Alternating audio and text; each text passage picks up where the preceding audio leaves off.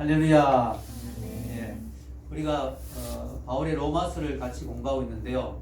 로마서 11장까지는 교리적인 부분을 이야기하고 있고 12장부터는 이제 실천적인 부분을 이야기하고 있습니다.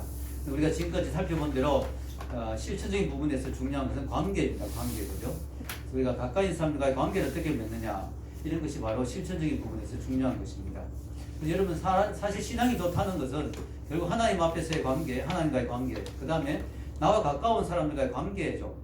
내가 신앙이 좋다고 하는데 계속 관계에 어려움이 있다면 문제가 있는 것이죠.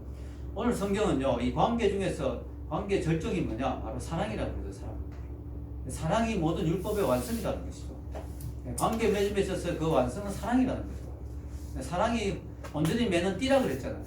사랑으로 완성한다는 것이죠. 아멘. 그래서 여러분, 오늘 8절에서 10절 한번 읽어보겠습니다. 사랑은 율법의 완성이다, 이런 말이 나오죠. 같이 읽겠습니다. 8절에서 10절 시작. 피차 사랑의 빛 외에는 아무에게든지 아무 빛도 지지 말라. 남을 사랑한다는 율법을 다 이루었느니라.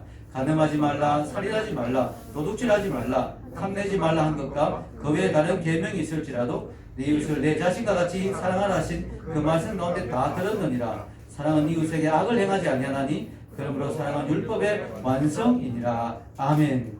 예, 사랑이 율법의 완성이다. 자, 여기 재밌는 것이 피차 사랑의 빛 외에는 아무 빛도 지지 말라. 우리 예수 믿는 사람들은요, 자꾸 빚지고 다니면 안 돼요. 자꾸 남의 돈 빚지고 있고 돈 떼먹고 갚지도 않고 자꾸 이러면 안 된다는 거죠. 우리가 남의 돈을 빚어서는 안 되지만 빚었다면 빨리 갚아야 되겠죠. 최대한 빨리 갚아야 되겠습니다. 그런 빚은 빨리 갚아야 되는데, 그러나 우리가 참 평생 갚지 못할 빚이 있죠. 바로 사랑의 빚. 이 빚은 정말 아름다운 빚이에요. 이 사랑의 빚을 일부러 지려고 할 필요는 없지만 우리가 살다 보면 사랑의 빚을 지게 됩니다.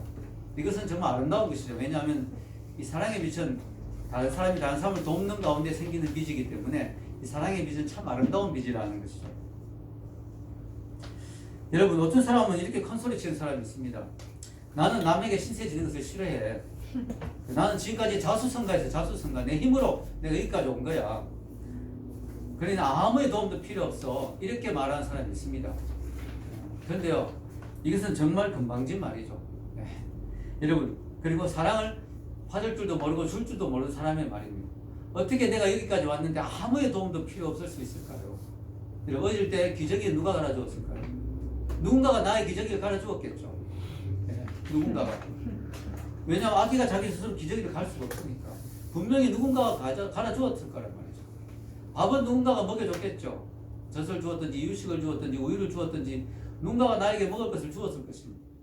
또 내가 걸음만 어떻게 배웠을까요? 누가 내 손을 잡아주었고 내가 걷게 해주었겠죠. 또 내가 지금 글을 읽고 쓸 수 있잖아요. 그 글은 누가 가르쳐 주었을까요? 어쨌든 나의 인생 가운데 어떤 선생님이 있었겠죠. 내게 글을 깨우쳐줍니다. 정말 모든 것이 100% 나 혼자 힘으로 내 능력으로 된 건 아무것도 없습니다. 나도 모르게 알게 모르게 사랑의 빚을 진 거예요. 우리는 지금까지. 저는 지금도 우리 에서더가 미국에서 프리스쿨 다니고 있을 때 읽기와 쓰기를 가르쳐준 선생님을 지금도 기억합니다. 프리스쿨이라고 하면 초등학교 더 들어가기 전에 과정이에요. 근데 거기 미국에는 프리스쿨에도 선생님들 얼마나 훌륭하신지, 이분들은 평생 이런 쪽에 헌신했기 때문에 정말 프로입니다. 프로. 그래서 처음에 아이가 이제 학교에 갔는데 첫 선생님이니까 참 궁금하잖아요. 누군지. 정말 그 아주머니인데 너무 잘 가르치더라고요. 미세스 니라고. 너무너무 잘 가르쳐요, 아이들에게. 야, 진짜 훌륭하다는 생각이 들었습니다. 그리고 에서다가 이제 초등학교 들어갔는데 또 공부에 흥미를 가지게 만들어준 선생님 이름 지금도 기억합니다. 미스터 오브라이언이라고. 또 이분은 정말 리더십이 탁월해 아이들을 너무너무 잘 통솔 하는 거예요. 그래서 에서다에게 너무너무 격려를 많이 해주시고. 근데 그분이 했는 말 중에 지금도 기억나요. 에서다야, 너는 옆에서 폭탄이 터져도 책을 읽고 있을 아이다. 책을 너무 좋아하고 잘 읽는다고. 여러분, 이런 사람들이 다 사랑의 빚을 진 거예요. 우리는 알게 모르게 참 내 어릴 때 지금까지 나에게 도움을 준 사람이 많이 있었다는 거죠. 여기까지 지금 오시는 것도 버스를 타고 왔다, 그다음 지하철 타고 왔으면 누군가가 운전해 주었겠죠. 이게 다 감사한 일이죠. 사랑의 빚입니다. 여러분이 옷을 입고 있지만 누군가 옷을 만들어줬기 때문에 입고 있는 것이죠. 이 모든 것이 사랑의 빚입니다. 제가 나이가 들면서 보니까요, 죽는 것도 나 혼자 죽는 게 아니에요. 누군가 도와줘야 죽을 수가 있어요. 늙고 병들면 병원에 가면 간호해준 사람이 필요하고 의사가 필요하고 간호사가 필요하고 내가 죽으면 나의 시신을 장례식을 해줄 사람이 있어야 되는 거예요. 나는 잘났어. 나 혼자 모든 걸 다 할 수 있어. 사람 필요 없어. 나 아무 도움도 필요 없어. 나 혼자 멋있게 살 거야. 이렇게 큰 소리 쳐도 아닙니다. 죽는 데까지 누군가의 도움이 필요해요. 누군가가 내 시신을 묻어준 사람이 있어야 된다. 우리 이 세상은 서로에게 사랑의 빚을 지며 살아가고 있습니다. 이거 우리는 기억해야 된다는 거죠. 더군다나 우리는 뭐요? 하나님에게 말로 닿을 수 없는 사랑의 빚을 지고 있는 사람이죠. 왜냐? 하나님이 뭐예요? 자신의 아들 우리를 위해서 주셨잖아요. 그 사랑이 얼마나 큽니까? 그 사랑의 빚을 우리는 지고 있는 거죠. 그래서 요한 1서에서 요한은 이렇게 이야기합니다. 우리 같이 요한 1서 3장 1절 여기 주보에 한번 읽어보겠습니다. 시작. 보라, 아버지께서 어떠한 사랑을 우리에게 베푸사 하나님의 자녀라 일컬음을 받게 하셨는가. 우리가 그러하도다. 그러므로 세상이 우리를 알지 못하면 그를 알지 못함이라. 아멘. 여기 보세요. 보라, 아버지께서 어떠한 사랑을 우리에게 베푸사 하나님의 자녀라 일컬음을 받게 하셨는가. 우리를 하나님의 자녀 만들기 위해서 하나님이 어떠한 사랑을 베풀었는지 우리는 그 사랑을 잊지 마라. 그 사랑의 빚을 꼭 기억하라. 어떠한 사랑을 베풀었습니까? 하나님의 아들을 우리에게 주셨잖아요. 그 빚은 얼마나 큰지 모릅니다. 평생 갚을 수 없는 빚이죠. 여러분, 사람이 빚을 지고 있으면 마음이 늘 그렇잖아요. 이 빚을 빨리 갚아야 될 텐데 약간 무겁잖아요. 어깨가 약간 무거우면서 빚을 빨리 갚아야지. 그런 마음이 필요하죠. 우리가 나는 사랑의 빚을 진 사람이야. 그래서 나도 이 사랑의 빚을 누군가에 빨리 갚아야지. 하나님의 사랑을 전해야 되고 이웃에게 사랑을 갚아야지. 이런 마음으로 살아간다면 참 귀하겠죠. 자, 여러분 8절에 다시 한번 보겠습니다. 시작. 피차 사랑의 빚 외에는 아무에게든지 아무 빚도 지지 말라. 남을 사랑한 자는 율법을 다 이루었느니라. 이 사랑의 빚을 진 사람이 열심히 사랑을 갚아야 되는 이유가 그 빚을 갚기 위해서도 있지만 사랑한다는 것 자체가 율법의 완성이다. 여러분 율법을 열심히 자기가 노력하면서 계명으로 잘 지키더라도 사랑이 없다면 뭐예요? 의미가 없죠. 금식하고 헌금하고 기도하고 성경 열심히 보더라도 사랑이 없어요. 성경 일독하는데 집에서 맨날 싸워. 이거 아니라는 거죠. 바리새인들이 얼마나 율법을 잘 지켰습니까? 일주일에 막 2번씩 금식하고 11조하고 구제하고 막 열심히 했죠. 그러다 뭐예요? 사랑이 없었죠. 예수님에게 사랑이 없었잖아요. 잡아 죽였잖아요. 예수님을. 사랑이 없단 말이에요. 사랑이 있어야 율법이 완성되는 거예요. 그리고 사랑만 있으면 율법은 저절로 완성이 돼요. 여러분 우리가요 성령 충만하고 사랑이 넘치면요 솔직히 말해서 10계명 몰라도 됩니다. 10계명 안 지켜도 됩니다. 왜냐? 10계명 저절로 지키게 돼 있어요. 자, 오늘 성경에 10계명에 몇 계명이 나오죠? 9절에서 10절 한번 읽어보겠습니다. 시작. 간음하지 말라, 살인하지 말라, 도둑질하지 말라, 탐내지 말라 한 것과 그 외에 다른 계명이 있을지라도 내 이웃을 내 자신과 같이 사랑하라 하신 그 말씀 가운데 다 들었느니라. 사랑은 이웃에게 악을 행하지 아니하나니 그러므로 사랑은 율법의 완성이니라. 여러분 우리가 사랑만 충만하면요 10계명 몰라도 돼요. 10계명 안 지켜도 돼요. 왜? 저절로 지키게 돼 있어요. 왜냐? 내가 사랑이 많은데 어떻게 내 이웃을 내 몸같이 사랑하는데 그 사람에게 어떻게 가늠죄를 짓겠습니까? 내가 내 이웃을 내 몸처럼 사랑하는데 어떻게 그 사람의 것을 탐내고 훔치겠습니까? 어떻게 살인하겠습니까? 거짓 증거하겠습니까? 어떻게 내 부모님을 정말 내 몸처럼 사랑하는데 어떻게 그분을 공경하지 않겠습니까? 다 지키게 돼 있어요. 하나님을 정말 사랑한다면 하나님의 안식일을 기억하여 지키게 돼 있고 하나님 이름을 망령되이 일컫지 않겠죠. 내가 사랑하는 그분의 이름을 망령되이 일겠습니까? 그분 외에 다른 우상을 내가 섬기고 좋아하겠습니까? 사랑만 하면 다 해결되는 문제예요. 사랑은 율법의 완성인 거예요. 아멘. 네, 얼마나 아름답습니까 사랑이. 이번에 정말 사람들이 마음 아파하는 사건이 있죠. 정인이 사건. 이 두 부모가 또 다 기독교인이었어. 너무 마음이 아픈데요. 정인이 사건의 문제가 뭘까요? 뭐가 문제일까요? 그 부모들은 여러 가지 이유가 있지만 한마디로 딱 하면 이겁니다. 그들은 아이를 자기 아이로 입양했지만 그 아이에게 사랑이 없었다. 전혀 사랑하는 아이가 아니었다. 자기 딸의 동생을 만들어주기 위해서 그냥 데려갔을 뿐이지 하나의 그냥 인격체로 생각하지 않았다. 사랑하지 않았다. 사랑만 했으면 아무 문제가 안 생겼죠. 사랑했다면 그 아이가 배고프다면 먹여줬을 것이고 춥다면 입혀줬을 것이고 힘들다면 도와줬을 것이죠. 사랑하지 않았기 때문에 생긴 문제라는 거죠. 여러분 사랑은 율법의 완성입니다. 부모가 아이를 키울 때요 지금 이제 이런 사건을 보면서 이제 입양에 대해서 좀 더 잘해야 된다 이러면서 뭐 입양의 규칙을 더 만들어야 되고 뭐 부모들 교육을 더 시켜야 된다 이런 말 하지만요. 우리가 이 부모들이 자녀를 낳아서 키울 때 뭐 부모 교육 잘 받습니까? 어디? 자녀 교육 뭐 잘 받습니까? 근데도 잘 커요 보통 자녀들이. 왜냐? 사랑해주니까. 사랑만 있으면 웬만하면 부모가 잘 키우게 돼 있다는 거예요. 사랑은 율법의 완성이기 때문이죠. 하나님의 뜻은 우리가 서로 사랑하는 것입니다. 여러분 천국은 어떤 나라일까요? 사랑의 나라예요. 한 가지 확실한 것은 천국은 미움의 나라가 아니고 사랑의 나라입니다. 누가 그러잖아요. 천국하고 지옥의 차이가 이거라는 거예요. 천국과 지옥에 둘 다 가보니까 식사를 하는데 식탁이 숟가락이 그렇게 길더라는 거예요. 젓가락하고. 못 떠먹어. 자기 입에 안 들어가. 지옥에 가보니까 전 굶고 있더라는 거예요. 왜? 자기 막 빨리 자기 혼자 먹으려고 하는데 막 입에 안 들어가. 너무 기니까 젓가락이. 천국 오니까 다 잘 먹고 있더라 보니까 서로 먹여주더라는 거예요. 그런 유머가 있지만요. 네. 그러나 많은 걸 생각해 주는 이야기입니다. 그죠? 네. 천국의 아름다운 게 사랑의 나라다. 그러면 목사님 천국 안 가봤는데 사랑의 나라인데 어떻게 알아요? 이렇게 물어보셨겠죠. 저는 확신할 수 있어요. 왜냐? 사랑의 왕이신 예수님이 통치하는 것입니다. 아멘. 예수님이 어떤 분이에요? 사랑의 왕이죠. 그분이 사랑의 왕인지 어떻게 알 수 있어요? 우리를 위해서 죽어주셨죠. 세상에 백성을 위해 죽어준 왕이 어디 있습니까? 역사상 대부분의 왕들, 모든 왕들은 자기 보고 대신 죽으라고 백성을 내보내요. 전쟁터에.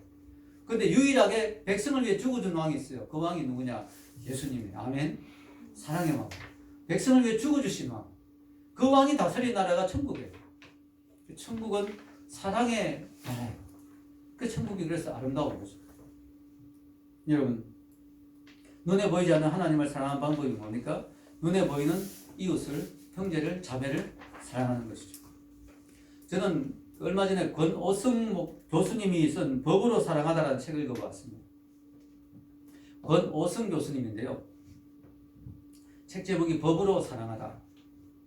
책 제목이 좀 특이하기도 하고 또 이렇게 제가 딱딱한 신학책만 읽다 보면 머리가 좀 아플 때가 있어가지고 은혜 받고 싶어서 간증집 이런 거 가끔씩 또 있거든요.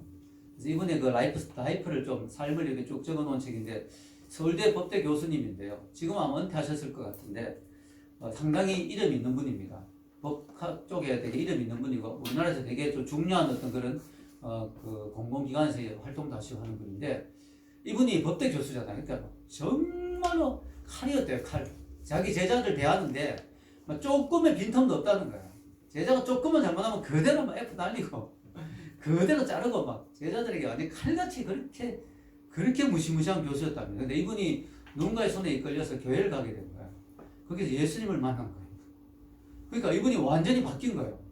법대 교수가 사랑이 넘치는 교수가 돼요. 그래서 이분이 서울대 법대 교수였는데요. 서울대 안에서 이제 성경 공부 모임도 하고 이러면서 많은 사람을 변화시켰습니다. 많은 일들을 했는데요. 이분이 책에 보면 이런 내용이 나옵니다. 한 번은 자기가 구역장으로 있으면서 교회에서 수련회를 간 거예요. 그래서 여러 교인들이 이제 수련회를 갔는데 거기서 너무나 안타까운 일이 나온 거죠. 구역원 중에 한 명의 아이가 6살짜리 아이가 죽어버린 거예요. 교회에서 뭐 설치해 놓은 그런 기계에 잘못 올라가서 막 그 기계 올라가다가 어떻게 죽은 거예요. 너무 안타까운 일이죠. 난리가 난 겁니다. 수련회 도중. 그래가지고 이 아이를 병원으로 옮기고 영안실로 옮기고 그 아이 엄마 아빠 막 조부모까지 다 몰려와가지고 이제 장례를 치는데 그 며칠 동안 교회는 같이 있어주면서 기도해주고 예배 드려주고 위로해 주었다고 합니다. 근데 이분이 서울대 법대 교수잖아요. 이 상황을 이렇게 보면서 이분이 또 구역장이니까 이 문제가 지금 심각하다는 거야. 이 교회에 과실도 있더란 거야. 보니까. 이게 법적으로 따지면 아주 상당히 이 교회가 큰 어려움을 당할 것 같다는 생각이 들더라고요. 자기가 이제 어떤 책임감이 있으니까. 그래서 자기가 따져봤대요. 민사적으로 형사적으로 보니까 상당히 심각하다는 거야, 문제가. 큰일 났다 싶더래요. 근데 너무 놀랍게도 그 모든 장례 절차가 끝나고 모든 것이 마무리된 순간까지 그 부모와 조부모 중에 아무도 이 일을 제거하거나 법적으로 문제를 걸고 놓은 사람이 아무도 없더라는 거예요. 다 같이 은혜롭게 마치면서 천국 갔습니다. 할렐루야 하면서 잘 마쳤다. 근데 이분이 너무 많은 걸 깨달았다. 자기가 법대 교수지만 법이란 것은 사람들 간에 문제가 생겼을 때 그 다툼을 중재하기 위해서 꼭 필요한 거지만 사랑이 넘치는 곳에는 법이 필요 없다. 이 부모가 만약에 크리스찬이 아니었다면 이 사건이 교회에서 안 일어나고 딴 데서 일어났다면 얼마나 큰 문제가 생겼을까. 아이 하나 죽었는데 지금도 얼마나 큰 문제가 생겼어요. 그 정인이 문제 그죠? 정말 이것이 법으로 해결한다고 했으면 얼마나 시끄러웠을까. 근데 사랑이 넘치니까 하나님 뜻으로 받아들이고 사랑으로 다 덮어주니까 아무 문제가 안 생기더라는 거예요. 전혀 문제 없이 그냥 깔끔하게 마무리가 됐다. 그때 이분이 깊이 깨달았다는 거죠. 법대 교수로서 법의 한계, 그리고 법이 아무리 대단해도 사랑을 뛰어넘지 못한다. 사랑이 있는 곳에는, 은혜가 있는 곳에는 법도 필요 없구나. 은혜가 넘치면 율법도 필요 없구나. 율법의 완성이 사랑이라는 걸 그분이 깨달았다는 거죠. 그분이 제자들에게 이런 말을 자주 한다고 합니다. 여기 적어놨는데요. 책에 나오더라고요. 인생의 성패를 결정하는 궁극적인 기준은 뭘까요? 사랑이라고 생각한다. 좀 더 자세히 이야기하자면 어떤 사람이 평생 동안 얼마나 많은 사람들을 얼마나 깊이 사랑했는지, 그리고 얼마나 많은 사람들로부터 얼마나 깊은 사랑을 받았는지에 따라 그 인생의 성공과 실패가 결정된다고 생각한다. 이렇게 그분이 이야기를 했습니다. 맞습니다. 여러분 인생을 이렇게 마감할 때 다른 걸로 여러분 인생의 성공과 실패를 이렇게 판단하지 마십시오. 아, 내가 정말 높은 자리까지 올라갔다. 내가 돈을 많이 벌었다. 내가 세상에서 저명인사다. 내 재산이 많다. 이게 기준이 아니란 거야. 우리 그리스도인의 기준은, 우리 크리스찬의 성공 기준은 내가 얼마나 많은 사람들을 깊이 사랑했고, 내가 얼마나 많은 사람들에게 사랑을 주고받았는지, 그것이 성공의 기준이 되어야 된다는 거죠. 아멘. 여러분, 이분의 책 제목이 뭐라고요? 법으로 사랑하다. 책 제목이 재밌죠? 이 말이 무슨 뜻일까 지금 많이 생각해봐요. 법으로 사랑하다. 이 말의 의미는 내가 가진 법이잖아. 이분은 법을 공부했으니까 법을 전공해서 내가 가진 법을 가지고 사랑으로 그걸 바꿔야 돼. 사랑으로 그것을 실천해야 된다는 거죠. 여러분, 저는 이 말을, 이 책 제목을 모든 사람들에게 적용할 수 있다고 생각해요. 여러분이 의사라면 의술로 사랑하다. 여러분이 선생님이라면 가르침으로 사랑하다. 여러분이 사업가라면 사업으로 사랑하다. 청소부라면 청소로 사랑하다. 여러분이 하는 일들을 통해 다른 사람을 사랑하는 것. 저는 지금 여러분을 설교로 사랑하고 있죠. 말씀으로 가르치면서 사랑을 베풀고 있죠. 제가 설교를 늘 하다 보면 여러분 그런 생각 들죠. 아, 우리 목사님은 그냥 입만 떼면 설교가 저절로 나오구나. 유창하게 하니까 그건 아닙니다. 일주일 동안 이 말씀을 여러분들에게 잘 녹여서 전하려고 얼마나 몸부림치고 고민하고 하는지 모릅니다. 왜 저는 제가 다른 걸 할 수 없잖아요. 여러분들에게 내가 뭐 물질이 많아서 물질로 섬길 수도 없고, 뭐 어술이 있어서 어술로 섬길 수도 없고, 저는 설교로 여러분을 사랑하는 거죠. 아멘. 여러분이 가진 것들로 이웃을 사랑하는 거예요. 여러분이 가진 것을 사랑하는 것이 바로 하나님 기뻐하시는 거죠. 우리가 보통 너 왜 공부하니? 너 왜 사니? 너 왜 사업하니? 이런 말 하면 우리 보통 하나님의 영광을 위해서요. 이렇게 기독교인들 대답하죠. 근데 이 대답이 좀 추상적인 때가 많아요. 하나님의 영광을 위해서 되게 추상적이잖아요. 근데 오늘 말씀을 준비하면 제가 깨달은 것은 사랑하기 위해서다. 너 왜 공부하니? 제가 공부했어요. 그 공부를 가지고 다른 사람을 섬기기 위해서. 공부로 사랑하기 위해서. 너 왜 사업하니? 사업을 해가 돈을 많이 벌고 교회 헌금도 하고 다른 사람을 돕고 구제하고 하면서 내가 물질로 사랑하기 위해서. 내 사업으로 사랑하기 위해서. 우리가 하는 모든 일들이 사랑을 베풀기 위한 걸로 쓰임받는다. 그게 바로 하나님께 뭐가 된다? 영광이 된다. 그게 어려운 게 아니라는 거죠. 하나님께 영광을 돌린다. 이 말이 어려운 게 아니에요. 하나님께 영광을 돌린다는 말을 우리가 적용하면 바로 사랑을 베푼다. 그리고 그걸 하나님의 이름으로 합니다. 아멘. 나를 내세우기 위해서다. 여러분, 우리가 보통 사랑이라고 하면 딱 머리에 떠오르는 이미지가 뭐냐면 사랑. 심장이 두근두근거리는 거, 그죠? 네, 감정적이죠. 우리가 보통 사랑은 머리에 떠오르는 이미지가 감정적, 가슴이 막 뛰는 거. 우리가 왜 이렇게 사랑을 인식할까요? 우리가 드라마를 너무 많이 봐서 그래요. 드라마를. 네. 근데 여러분, 진짜 성경이 말하는 사랑은요, 감정보다는 의지입니다, 의지. 그래서 여러분, 우리가 알 수 있는 건 뭐냐면 사랑을 내가 선택할 수 있다. 오늘 하루도 내가 미워하지 않고 사랑하기로 선택할 수 있다. 아멘. 이게 의지니까.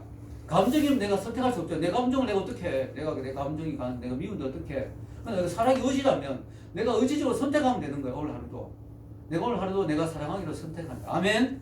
따라해보세요. 오늘 하루도 내가 사랑하기로 선택한다. 아멘. 네. 내가 선택할 수 있는 거예요. 사랑은 의지니까. 자, 두 번째로 바울은 오늘 우리에게 정말 의식하는 삶을 살라고 이야기합니다. 11절을 한번 읽어보겠습니다. 시작. 또한 너희가 이 시기를 알거니와 자다가 깰 때가 벌써 되었으니 이는 이제 우리의 구원이 처음 믿을 때보다 가까웠습니다. 아멘. 자, 사랑하라고 하면서 왜 우리가 사랑하고 열심히 살아야 되느냐? 정말이 가까웠기 때문에. 하나님 앞에 설 때가 가까웠기 때문에 너희가 이 시기를 알거니와. 여러분 기독교인들은 시기를 알아야 돼요. 예수님 오시는 날짜 매달 며칠 몇 시는 모르지만 오실 때가 가까웠다 이건 알아야 돼요. 그걸 아는 사람은 성경에 깨어있다라고 말하죠. 그걸 모르고 멍청하게 기독교인들이 세상에 빠져가지고 있는 사람 보고 말해요. 세상에 취했다 혹은 자고 있다 이렇게 말하죠. 우리 기독교인은 정말 의식을 가져야 돼요. 여러분 그 의식이 있는 사람과 없는 사람 다르죠. 시험을 앞두고 있다 내 시험 고칠 텐데 생각하는 사람하고 시험 뭐 모르겠어 시험 언제 치지 신경 안 써 이런 사람하고 시험 점수가 다릅니다. 의식하고 사는 게 다르다는 거죠. 오늘 성경에는 너희가 이 시기를 알거니와 시기를 알아라는 거예요. 왜냐? 이제는 자다가 깰 때가 됐다. 우리 구원이 우리 처음 믿을 때보다 가까웠다. 이 말은 무슨 말입니까? 예수님이 오실 때가 가까웠다는 거예요. 여러분 바울이 2000년 전에 이렇게 말했어요. 2000년 전에.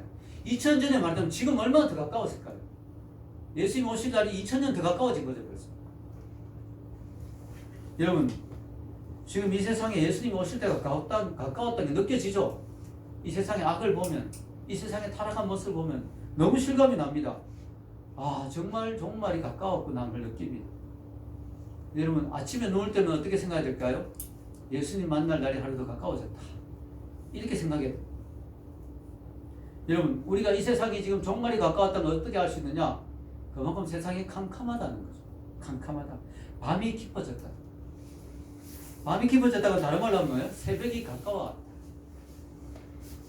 인류의 새 역사가 지금 주님의 재림과 함께 새 역사가 펼쳐진 그 인류의 새 역사가 지금 가까워왔다. 자 12절 읽겠습니다. 시작. 밤이 깊고 낮이 가까웠으니 그러면 우리가 어둠의 일을 벗고 빛의 갑옷을 입자. 자 우리가 종말이 가까웠다는 것을 우리가 시기를 깨닫고 어둠이 캄캄하고 밤이 깊고 이제 새벽이 가까웠다는 걸 아는 사람은 어떻게 살아야 될까요? 이제는 어둠의 일을 벗어야 되겠죠. 왜? 주님을 만날 때가 가까운데 이 모습대로 만날 수는 없잖아요. 이 모습 이대로 만날 수는 없잖아요. 그러니까 우리가 지금 시기가 가까웠고 밤이 캄캄해졌고 그만큼 새벽이 가까웠고 이제 주님이 오실 때 가까워지고 우리가 해야 될 일이 뭐냐? 빨리 어둠의 일을 벗고 멀리 봐야 된다고 빛의 갑옷을 입자. 아멘. 빛의 갑옷을 입자. 이 말의 의미는 뭘까요? 어둠의 일은 지금까지 살았던 죄악된 삶의 스타일, 라이프 스타일, 죄악된 삶의 스타일을 버리고 이제는 빛의 갑옷, 어렵게 사는 삶, 거룩하게 사는 삶, 그 삶을 추구하고 살자는 거예요. 아멘. 오늘 이 말씀으로 인생이 바뀐 사람이 있습니다. 누굴까요? 이 말씀을 읽고 인생이 바뀐 사람이 있어요. 그 사람이 누구냐면 어거스틴이에요.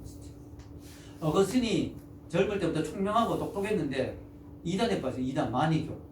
이단에 빠져가 막 헤매다가 결국 나오긴 나왔는데도 이 사람이 이단의 영향을 받고 이래가지고 죄악을 계속 짓는 삶. 결혼도 하지 않는데 벌써 사생활을 안 놓고 막 죄악을 짓는 삶을 막 살았어요. 근데요, 이 어거스틴이 이제 주님 앞에 온전히 돌아와야 되는데 이 죄악이 너무 달콤한 거예요. 그래서 막 마음속에 갈등이 있는 거죠. 내가 이제 이런 죄를 더 이상 짓지 않아야 되는데 이 어둠의 삶을 살지 않아야 되는데 이제 알았으니까 깨달았으니까 근데도 그게 안 되는 게 변화가 안 되는 거야 마음에. 하나님 언제까지입니까? 하면서 막 기도했는데요. 그 어머니가 그걸 보면서 너무 마음이 아픈 거죠. 어머니가 모니카인데요. 이 모니카가 너무 마음이 아파가 어거스틴을 위해서 늘 눈물로 기도했습니다. 자기 아들이 돌아오기를. 어머니의 기도 때문이었을까요? 어느 날 어거스틴이 그날도 마음의 고뇌를 가지고 정원에 앉아있는데 밖에서 아이들이 노는 소리가 들립니다. 근데 그 노래 소리에 섞여서 펴서 읽어라 그런 말이 들려요. 무슨 말이지 싶어. 그런 노래가 있는지도 모르겠는데 어쨌든 노래 소리에 펴서 읽어라. 그래서 마치 옆에 성경에서 탁 펼쳤어요. 펼쳤는데 눈에 탁 들어온 말씀이 이 말씀이었어요. 로마서 오늘 말씀 13장 11절 14절 있는 대로 왔습니다. 한번 읽어보겠습니다. 시작. 또한 너희가 이 시기를 알거니와 자다가 깰 때가 벌써 되었으니 이제 이는 이제 우리의 구원이 처음 믿을 때보다 가까웠습니다. 밤이 깊고 낮이 가까웠으니 그러면 우리가 어둠의 일을 벗고 빛의 갑옷을 입자. 낮에와 같이 단정히 행하고 방탕하거나 술 취하지 말며 음란하거나 호색하지 말며 다투거나 시기하지 말고 오직 주 예수 그리스도를 옷 입고 정욕을 위하여 육신의 일을 동하지 말라. 이 말을 딱 읽는데 어거스틴의 영혼에 빛이 확 들어왔어요. 그거는 책을 내려놔 더 이상 읽을 필요가 없다. 야, 이 말만으로 충분하다. 이제 내가 어둠의 일을 벗어야 되겠구나. 그 한순간에 어거스틴의 인생이 완전히 바뀌었어요. 그리고 탕자 거신에서 성자 거신으로 변화돼요. 거신의 신약 사상이 얼마나 깊이가 있는지요. 그 이후에 2000년 동안 이 기독교 역사의 모든 신학 사상은 거신의 사상의 갑주에 불과하다. 이렇게 해요. 용관사. 그 정도로 거신이 정말 위대한 하나님의 사람으로 바뀌어요. 변화됐어요. 이게 바로 이 말씀의 능력입니다. 말씀의 능력이죠. 오늘 말씀에 보면 빛의 갑옷을 입은 사람이 어떻게 살아야 될지 자세히 나옵니다. 13절부터 14절에 자세히 보면요, 우리가 해야 될 일과 하지 말아야 될 일이 있죠. 빛의 갑옷을 입은 사람이 해야 될 일은 뭘까요? 낮에와 같이 단정히 행해야 된다. 단정하게 행해야 된다. 빈틈이 없이 단정하게. 말과 행동이 단정해야, 예수 믿는 사람은 말과 행동이 단정해야 되겠죠. 그리고 빛의 갑옷을 입었기 때문에 뭐예요? 예수 그리스도로 옷을 입어야 되겠죠. 오늘 보면 예수 그리스도로 옷 입어라. 같은 말이에요. 빛의 갑옷을 입어라, 예수 그리스도로 옷 입어라, 단정히 행하라. 다 같은 말입니다. 사람이 어떤 옷을 입고 있느냐에 따라서 완전히 행동이 다르죠. 예비군 훈련 가면 갑자기 막 이상하게 행동하죠. 막 어떤 때는 되게 말도 많은 사람이 예비군복 입고 있으면 막 사람이 막 개판이 되는 거예요. 아무 데서 오줌 막 누고 막. 사람이 멀리 끄는 자가 다른 거예요. 노숙자도 막 데리고 와서 우리 목욕시키고 머리 깎이고 새 옷 딱 입히면 사람이 그래서 눈빛이 달라지고 취직하고 싶습니다 막 이러죠. 바뀝니다. 사람이 멀리 끄는 자에서 사람이 다른 거예요. 우리는요 알게 모르게 날마다 살면서 제 옷을 또 모르게 또 입어요. 그런데 아침마다 우리가 일하면서 출근할 때 잠옷 입고 출근하는 사람 없잖아요. 일어나서 옷을 갈아입잖아요. 우리가 그 전날은 또 죄를 나도 모르게 지었더라도 회개하고 자고 일어나서는 주님의 빛의 갑옷을 새롭게 입고 다시 또 하루를 시작하는 거예요. 아멘. 이게 하루만 해가 되는 게 아니라 날마다 이렇게 해야 되고 날마다 내가 지금 혹시 오늘도 어둠이 없을 건 아닌가? 빨리 벗고 빛의 갑옷을 입어야지. 오늘도 빛의 갑옷을 입어야지. 오늘도 예수 그리스도를 어디 있고 오늘도 단정하게 행해야지. 아멘.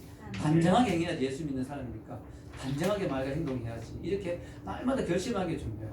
그리고 이 다음에 놓은 8가지 안 해야 돼요. 8가지. 이게 지금 쌍으로 해놨거든. 쌍으로. 자, 첫째는 뭐예요? 방탕하거나 술 취하지 말라. 술 마시면 꼭 실수합니다. 술 마시면 실수해요. 유명한 연예인들이 술 한잔 마시고 음주운전하다가 바로 방송에서 퇴출된 일이 얼마나 많습니까? 그거 정말 커리어를 그렇게 높게 쌓았는데 한순간에 그냥 사람이 폐인되잖아요.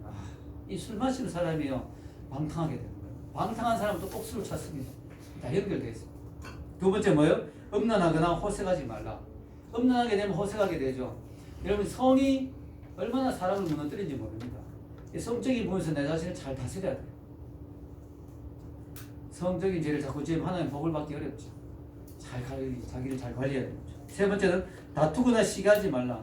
자꾸 싸우려고 하면 안 되죠. 자꾸 다른 사람을 시기 질투하면 안 되죠. 여기서 자꾸 사탄의 마귀의 틈이 들어오는 거죠. 그래서 다른 사람에게 시기하고 질투하고 자꾸 싸우려고 하고 하지 말고 뭐야? 사랑하라. 사랑은 율법에 왔으니까 사랑하라. 나를 미워한 사람도 축복해주라. 마지막은 정욕을 위하여 육신의 일을 도모하지 말라. 정욕을 따라가지 말고 육신을 따라가지 말고 뭘 따라가야 돼요? 영을 따라가라. 성령을 따라가라. 육신의 행실을 죽이고 성령을 따라 살아라. 아멘. 날마다 큐티하고 날마다 성경 읽고 날마다 기도하고 성령을 따라 살아라. 늘 듣는 것이 찬양이고 요즘 남기 형제가 이사가서 24시간 찬양을 들어놓는다고 합니다. 얼마나 감사한지 모르겠어요. 날마다 찬양을 듣고 말이죠.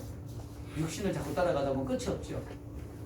이 8가지를 버리게 되면 자연스럽게 우리의 삶이 말과 행동이 단정해지는 거예요. 빛의 갑옷을 입은 사람이 되는 거예요. 예수 그리스도를 옷 입은 사람이 되는 것입니다. 아멘. 어거스틴이 비록 방탕한 삶을 살았지만 이 말씀을 탁 접하고 그의 인생이 바뀌었어요.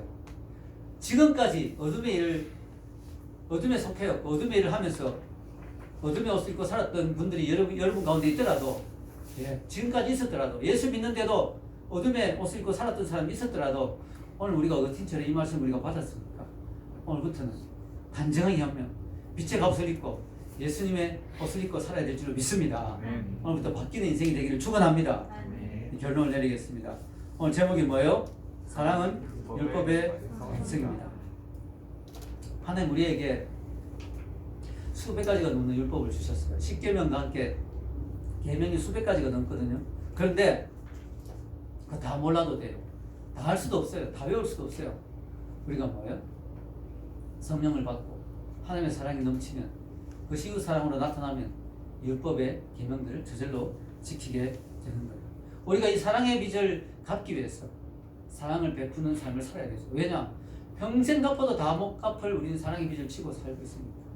그것을 뭐라고 표현하냐? 어떤 사람은 불멸의 부채라고 표현합니다. 불멸의 부채. 영원히 멸할 수 없는, 영원히 없앨 수 없는, 영원히 다 갚을 수 없는 부채를 우리 지고 있다. 근데 우리가 평생 갚는다고 하나님 그 사람을 다 갚겠습니까? 100만 번일도 못 갚지. 찬송가 중에 그런 거 있잖아요. 널 울어도 눈물 나도 다 갚을 수 없어. 이 몸밖에 드릴 거 없다. 이런 말 나오잖아요. 찬송가. 불멸의 부채를 지고 있는 우리는 사랑의 빛을 갚는 거죠.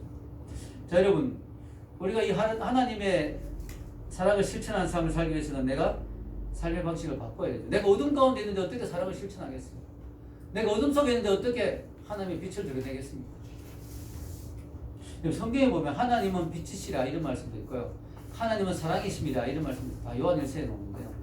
하나님은 빛이시라, 하나님은 사랑이시라. 즉 하나님은 사랑이고 빛이라는 거예요. 즉 사랑하고 빛은 같이 간다는 거예요. 그래서 요한일서 이런 말씀이 있죠. 한번 읽어보겠습니다. 그의 형제를 사랑하는 자는 빛 가운데 거하여 자기 속에 끓김이 없으나 그의 형제를 미워하는 자는 어둠에 있고 또 어둠에 행하며 갈 것을 알지 못하나니 이는 그 어둠이 그의 눈을 멀게 하였습니다. 아멘. 내가 빛 가운데 있다면 어떻게 할 수 있냐? 형제를 사랑하는 걸 보면 알 수 있습니다. 내가 말로는 크리스찬이라는데 그 사람이 어둠 속에 있는 걸 어떻게 할 수 있냐? 형제를 미워하는 걸 보면 알 수 있습니다. 사랑과 빛은 같이 갑니다. 사랑은 율법의 완성이다. 내가 그 율법의 완성인 사랑을 실천하기 위해서 내가 빛 가운데 있어야 되는 거야. 내가 빛의 값을 입어야 되는 거죠. 내가 빛의 값을 입게 있으면 자연스럽게 사랑이 내 속에서 나오게 됩니다. 근데 내가 하나님의 사람이라면서 여전히 남을 미워하고 시기 질투하고 저주하고 욕하고 한다면 내 속에는 뭐가 있어요? 어둠이 있는 거죠. 오늘 말씀을 듣는 여러분들 모두가 어둠을 버리고 이제 빛의 갑옷을 입고 빛 가운데 들어가면서 하나님의 사랑을 실천하여 율법의 완성을 이루는 분이 되시길 주의 이름으로 축원합니다. 같이 기도하겠습니다.